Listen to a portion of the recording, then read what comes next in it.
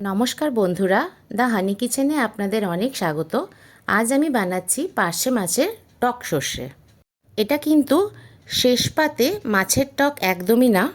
সর্ষে বাটার সাথে পার্শে মাছ অনেকেই খেয়ে থাকবেন, তাতেই একটু অন্য উপকরণ দিয়ে ভিন্ন স্বাদে রান্নাটা বানালাম।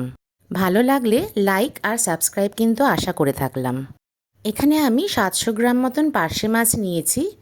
এতে নুন আর হলুদ মাখিয়ে ভালো করে ভেজে নেব। মাছটা একটু কড়া করে ভাজবো। মাছের পরে আলুতেও নুন আর হলুদ লাগিয়ে ভেজে নেব। কড়াইতে সর্ষের তেল দিয়ে কালো জিরে ফোড়ন দিয়েছি। এই রান্নাটা কিন্তু সর্ষের তেলে খুব ভালো লাগে। এখন দিচ্ছি টমেটো। আমি একটা মিডিয়াম সাইজের টমেটো এখানে কুচিয়ে দিয়েছি। দিয়ে দিচ্ছি হলুদ আর নুন, সামান্য জিরের গুঁড়ো দিলাম। সব মশলা ঢেকে ঢেকে ভালো করে ভেজে নিতে হবে। এখন ভেজে রাখা আলুগুলো দিয়ে দিলাম। আলুগুলো একটু শক্ত ছিল বলে আমি এখনই দিলাম। ঢাকা দিয়ে অল্প আঁচে এটা কষাবো। 10 মিনিট পরে দিয়ে দিলাম সর্ষে বাটা।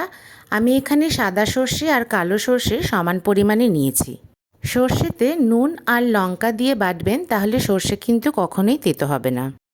2-3 মিনিট নেড়ে চেড়েই দিয়ে দিলাম জল। এই রেসিপিটাতে খুব একটা ঝোল বেশি ভালো লাগে না, তাই আমি জলের পরিমাণটা কমই রাখলাম। এখন দিয়ে দিলাম 2টো লঙ্কা। সামান্য তেঁতুল জলে গুলে রেখেছিলাম, সেটা কিন্তু ছেঁকে দিয়ে দিলাম। একটু নাড়াচাড়া করেই ভেজে রাখা মাছগুলো দিয়ে দিতে হবে।